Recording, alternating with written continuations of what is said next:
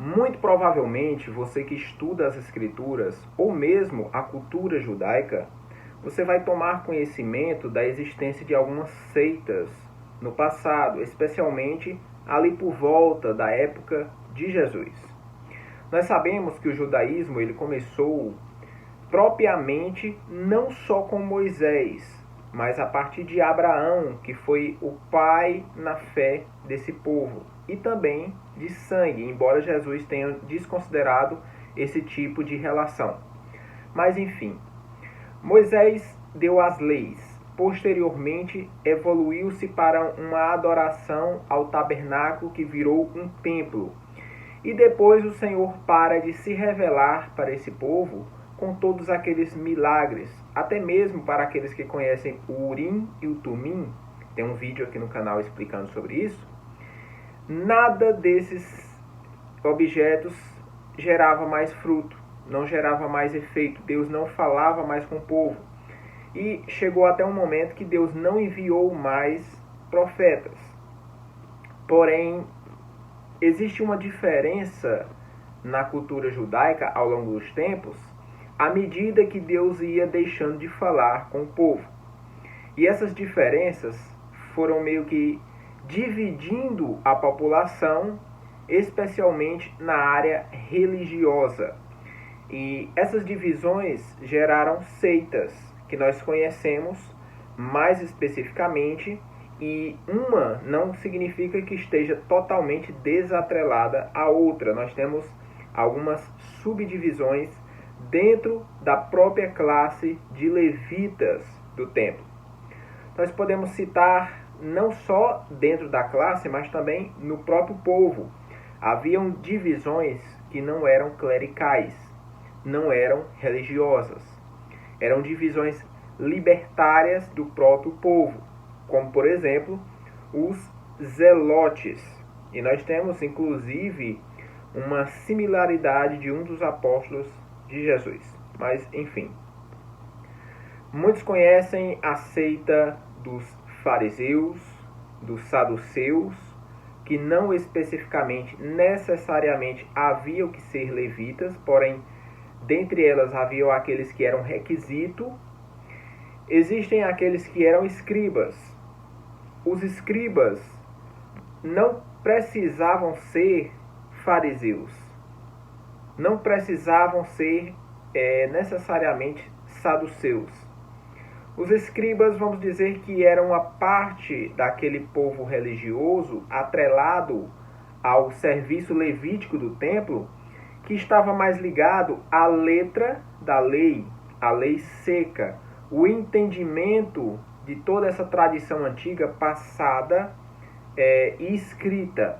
Mas o que nós vemos aqui em destaque são aqueles que necessitam expor o seu entendimento e interpretação das leis judaicas, que é no caso o mais forte aqui que você vai ver, o mais rígido em opiniões, vai ser os fariseus.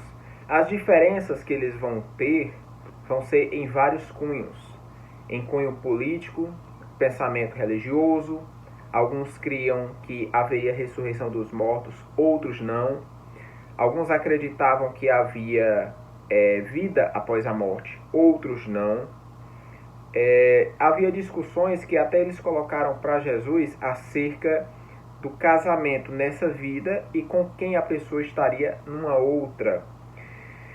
E é muito interessante ver que o tratamento deles era diferente. Por exemplo, os fariseus eram um grupo que se originava mais das classes medianas. Eles eram comerciantes, alfaiates, coisas desse tipo. E acabavam por ter uma certa proximidade maior com o povo. Enquanto os fariseus tinham a sua população dispensada por todo o país, os saduceus eram concentrados mais em Jerusalém. Então eles não tinham, como é que eu posso dizer, o afago, o afeto do povo, a proximidade, um respeito considerável pelo povo. Mas sim os fariseus, por isso que vocês veem eles mais atuantes, não só pela sua rígida posição. Eles eram cheios de questionamentos. Eles eram cheios de opiniões próprias estabelecidas, pré-formadas, quanto a recompensas e retribuições divinas nessa vida, na outra, quanto a anjos e demônios, quanto a livre-arbítrio e a soberania de Deus ser equilibrada sem uma anular a outra, quanto a determinadas éticas, a tratamentos humanos. E o interessante é que eles consideravam a Torá como revelação divina, mas também consideravam a tradição oral, o Talmud, todos esses como também revelação divina, como sendo inspirados. E todas essas características diferenciam um grupo do outro, causando assim até muitas rivalidades. Havia partidos que tomavam mais crédito com o governo romano daquela época, porque apresentava uma maior aprobabilidade, uma maior aceitação, melhor dizendo, desse governo, e por via recebiam benesses, o que nós não vemos no passado. Essas seitas, elas vêm, especialmente os fariseus, da época dos macabeus, enquanto os saduceus nós podemos ver ali por volta de 1300 anos antes de Cristo, já havia relatos. E elas começaram a ter períodos oscilantes de atuação. O próprio grupo saduceu, eles tiveram uma atuação mais marcante ali por volta do ano 6 depois de Cristo. E essa atuação passou a ser mais concentrada no templo e na figura do sumo sacerdote. Digamos que eles eram a elite da elite e que não tinham muito contato com o povo. Mas os fariseus, mesmo tendo esse contato com o povo e vindo mais do povão, eles tinham um tratamento muito rígido, muito rigoroso, muito severo e preconceituoso com a própria população. Seja se eles estivessem, vamos dizer assim, em pecado, como se eles não pecassem, né? O próprio Cristo respondeu isso. Sejam se eles estivessem doentes, se eles não estivessem seguindo algum critério das leis de Moisés quanto a vestimento, a cumprimento de sábado, a alimentação, a seu lar, tratamentos, localidades, tudo, envolvia tudo. Eles estavam praticamente o dia inteiro caçando defeitos para denegrir alguma pessoa. E isso foi uma das coisas que irritou a Cristo. Esse tipo de tratamento superiorizado que eles tinham, como se fossem as melhores pessoas do mundo e o resto fosse resto. É claro que os saduceus, eles vão ter características um pouco mais brandas quanto a eles, porém eles vão ser uma elite mais intocável. O povo não vai ter tanto acesso. Eles vão acreditar nas próprias leis de Moisés de uma forma mais literal, digamos assim. E essa pureza que eles tanto prezavam, eles não a tornavam tão pública quanto os próprios fariseus. Como eu havia dito, eles rejeitavam a ideia de um mundo espiritual. Eles criam propriamente na ressurreição e acreditavam que os mortos eles descansavam na terra. Você veja que esse pensamento não é de hoje, é um pensamento muito antigo, muito tempo antes dos fariseus. E acredita-se que essa ideia de vidas após essa surgiram até mesmo de crenças pagãs, mas enfim. Quanto ao livre-arbítrio, eles atribuíam tudo a ele.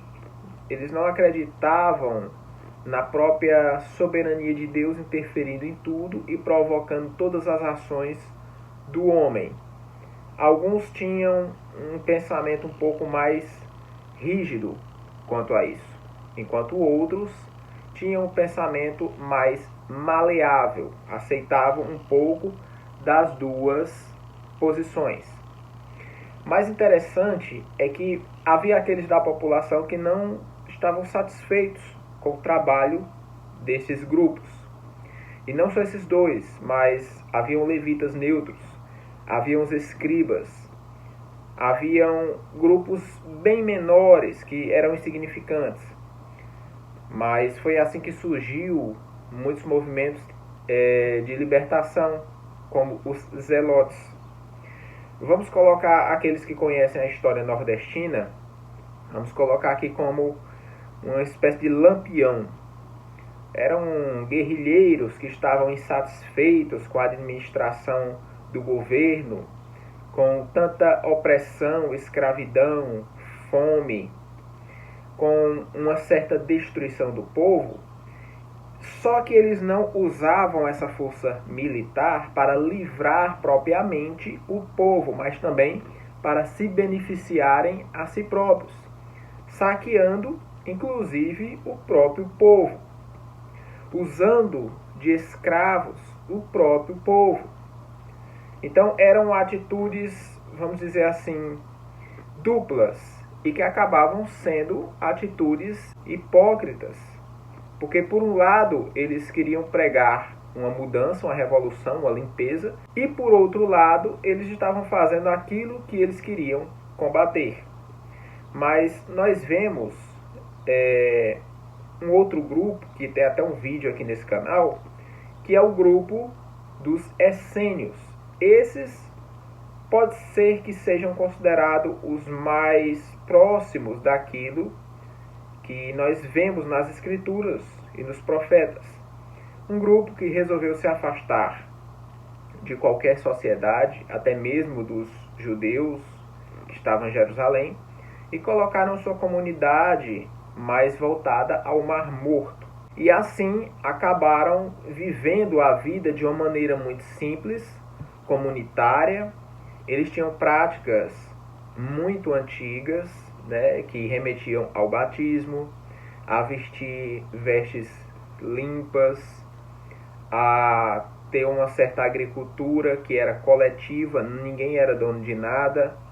Eles viviam estudando as leis e eles criam no Messias mais correto, diferente dos judeus que esperavam o Messias guerrilheiro para libertá-los da escravidão. Os essênios criam no Messias espiritual, assim como Jesus, alguém que viria para livrar a humanidade dos seus pecados. Eles tinham uma crença muito assemelhada ao que nós conhecemos na Bíblia como João Batista. Então acredita-se, por sua proximidade, pelo seu modo de se vestir, de comer, de agir, de pregar, de batizar, que João Batista foi uma pessoa que viveu nessa comunidade essênia, que foi criada ali por eles, até porque seus pais eram muito velhos, já deviam ter falecido. Acredita-se que João Batista foi uma pessoa puramente responsável por receber Jesus e foi preparada nessa comunidade, nesse colégio essênio, nessa vida essênia. Uma vida muito simples, muito limitada, regrada, mas que forneceu a quem quer que tenha residido com eles uma vida mais próxima daquilo que Deus queria para o povo de Israel. Uma vida um pouco mais justa e menos atrelada àqueles valores criados pelos homens naquela sociedade judaica das cidades de Jerusalém, de Nazaré, de muitas outras. Mas se você conhece alguma outra seita, algum outro pequeno grupo que seja de relevância para a história e quer compartilhar, deixa aqui nos comentários. Nós podemos comentar ainda sobre essas outras entidades daquela época, ou até complementar alguma história que não foi completada nesse vídeo. Hoje nós vamos encerrar esse vídeo, vamos ficar por aqui e nos veremos nas próximas edições.